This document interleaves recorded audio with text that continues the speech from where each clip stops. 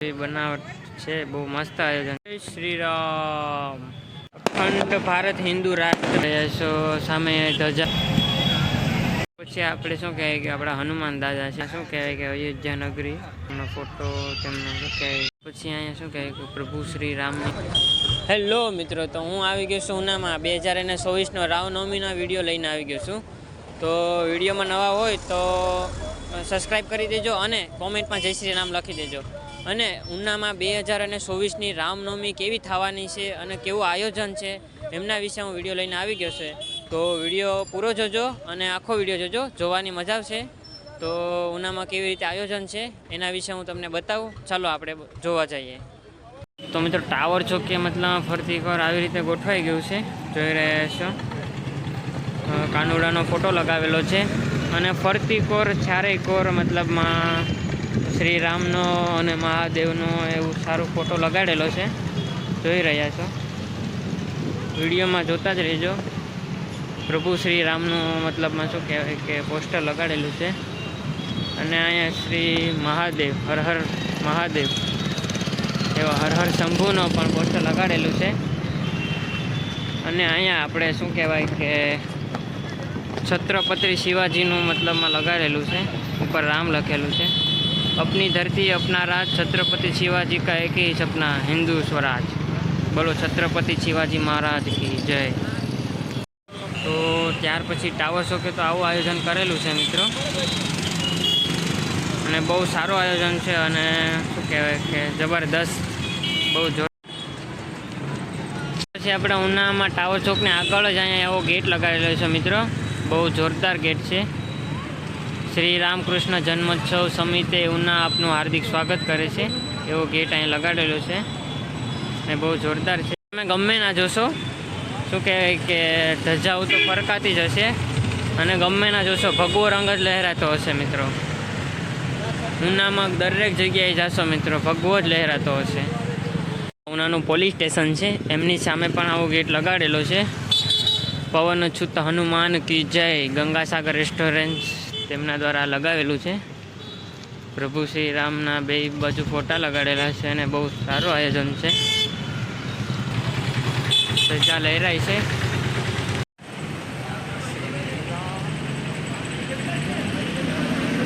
બધું દર્શાવેલ છે. ટાઈમે 3 દિવસ જ બાકી છે મિત્રો અને બહુ ખતરનાક આયોજન થવાનું. કોણ બાકી આવી ગયા છે અને અહીંયા જોઈ રહ્યા છો સામે ધજા અને બધું મળે છે. ત્યાં ને અહીં ગેટ છે ને અહીંયા શું કહેવાય કે બહુ ખતરનાક થશે 17 તારીખે. ભાઈનો ઓફિસ છે અહીંયા મિત્રો. ઉનામાં શું કહેવાય કે જોજો ફૂલ તૈયારી છે મિત્રો, જોઈ રહ્યા છે આ બધું ઉનામાં.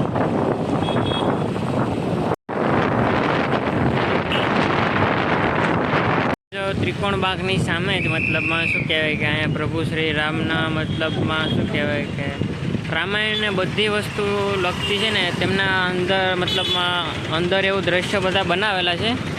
એમના વિશે હું તમને અંદર જઈને બતાવું. મિત્રો આ મારો ભાઈ છે, અમે બે આવ્યા હતા ઉનામાં વિડીયો ઉતારવા માટે અને હવે અમે અંદર જઈએ અને તમને બધું દેખાડીએ અંદર કેવું છે. જોઈ રહ્યા છો પાછળ એમાં મતલબમાં શું કહેવાય કે રામાયણને લગતી મતલબમાં બધી વસ્તુઓ છે. હું તમને અંદર જઈને દેખાડું. ઓકે, વિડીયોમાં બના રહેજો અને નવા હોય તો સબસ્ક્રાઈબ કરી દેજો. હેલો મિત્રો, તો હવે આપણે અંદર જાશું. અંદર રામ ભગવાન વિશે આપણે બધું તમને દેખાડું, અંદર કેવી રીતના છે તેના વિશે હું તમને થોડીક માહિતી આપું. ચાલો આપણે અંદર જઈએ. જોઈ રહ્યા છો મિત્રો, પહેલાં આવેલું એન્ટરમાં જ આવશે ભારત માતાનો નકશો. ગંગા મૈયા કી જય. ત્યાં નીચે તેમનો ફોટો મારેલો છે ને એના વિશેનું એક દ્રશ્ય બતાવેલું છે. ત્યાર પછી આવી જાય અહીંયા કાશી વિશ્વનાથ કી જય, એમનું પણ અહીંયા દ્રશ્ય બતાવેલું છે, જોઈ રહ્યા છો. ત્યારબાદ અહીંયા ભારત અખંડ હો તમે જોઈ રહ્યા છો. આ શ્રી રામ પ્રભુનો ફોટો છે, એમની નીચે ને આ બધું એવી રીતે બધું શું કહેવાય કે સારી એવી મતલબમાં શું કહેવાય સારી ધર્મ એવો હંતો હંતી જોઈ રહ્યા છો. શ્રી પ્રભુ રામ અને સીતાનું દ્રશ્ય બતાવેલું છે. પછી આપણે શું કહેવાય કે આપણા હનુમાન દાદા છે જે રામ ને લક્ષ્મણને માથે લઈને જતા હોય એવું દ્રશ્ય બતાવેલું છે. કોમેન્ટમાં જય બજરંગ બલી લખી દેજો મિત્રો. ત્યાર પછી અહીંયા છે હનુમાન દાદા, જે શું કહેવાય કે રામાયણમાં સીતા માતાને વીંટીનું સાબુથી બતાવતા હોય ને એનું દ્રશ્ય બતાવેલું છે. ત્યારબાદ સીતાનું હરણ કરીને રાવણ જતો હોય ને તેનું દ્રશ્ય બતાવેલું છે.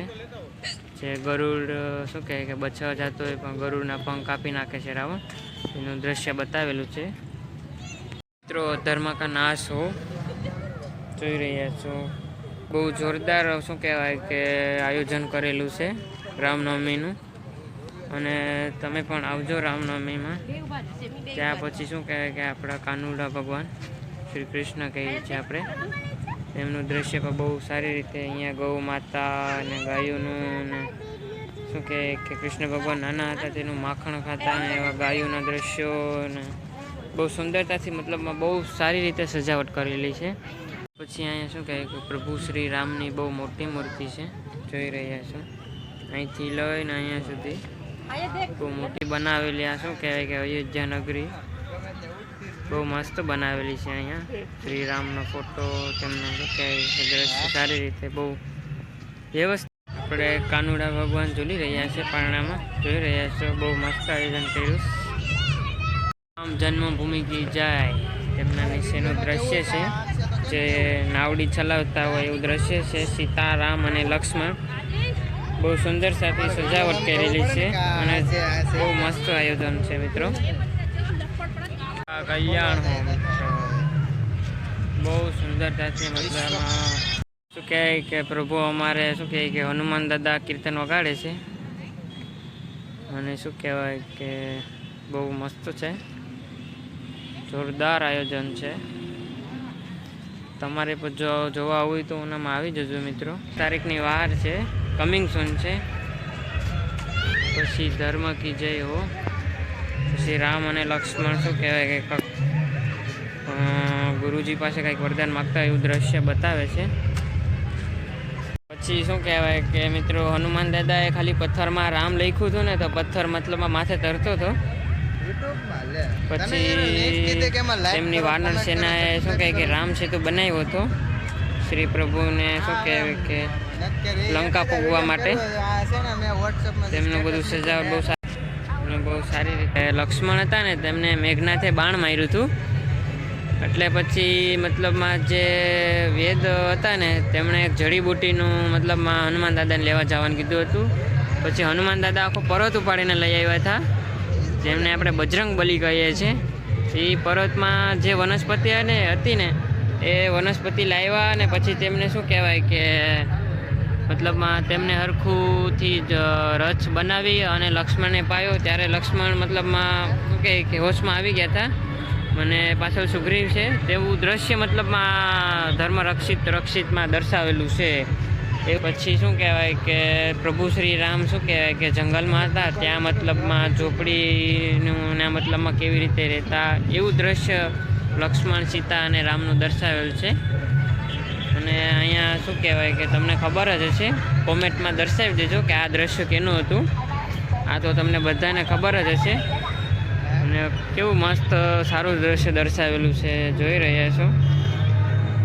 તો અહીંયા લખ્યું છે જય ભવાની જય શિવાજી. મિત્રો કોમેન્ટમાં લખી નાખજો.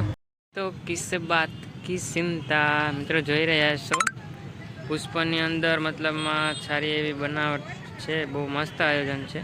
બાકી બોલો જય શ્રી રામ. ને આવી રીતે મતલબમાં શું કહેવાય કે આયોજન કરેલું છે અને બહુ જોરદાર આયોજન છે. તમને બહુ ગમશે, મને તો બહુ ગમ્યું છે, તમને પણ બહુ ગમશે. હજી થોડું કામ બાકી છે, હજી થોડું કામ ચાલે, હજી કમ્પ્લીટ થયું નથી કારણ કે હજી 17 તારીખની વાર છે. મિત્રો અહીંયા મતલબમાં જે અયોધ્યામાં મૂર્તિ છે ને એવી જ સેમ ટુ સેમ મૂર્તિ છે. બહુ મસ્ત શણગાર કઈ રીતે જોઈ રહ્યા છો. હજી કામ ચાલુ છે એમાં. અખંડ ભારત હિન્દુ રાષ્ટ્ર મિત્રો જોઈ રહ્યા છો, બહુ સારું દ્રશ્ય છે. ભગવાન રાષ્ટ્ર મિત્રો જય ભવાની જય શિવાજી. મિત્રો જોઈ રહ્યા છો પ્રભુ શ્રી રામની મૂર્તિ. બહુ મતલબમાં શું કહેવાય કે જેવી અયોધ્યામાં મૂર્તિ છે ને એવી જ મૂર્તિ સેમ ટુ સેમ અહીંયા પણ એવી જ બનાવટી કરેલી છે ને બહુ મસ્ત મૂર્તિ છે. તો બોલો જય શ્રી રામ. વિડીયોને આપણે અહીંયા પૂરો કરીએ અને તમને બધું દેખાડ્યું. અને 17 તારીખે ઉના આવવાનું ભૂલતા નહીં. અને શું કહેવાય કે બહુ ખતરનાક શું કહે કે રામનવમી થશે 2024ની. તો જરૂર આવજો ઉનામાં અને રેલીમાં જોડાજો. અને જો વિડીયો સારો લાગ્યો હોય તો શેર કરજો, સબસ્ક્રાઈબ કરજો અને કમેન્ટમાં જય શ્રી રામ લખવાનું ભૂલતા નહીં. અને મળીએ હવે આપણે નવા વિડીયોમાં. Bye bye. Bye bye. જય શ્રી રામ. જય શ્રી રામ.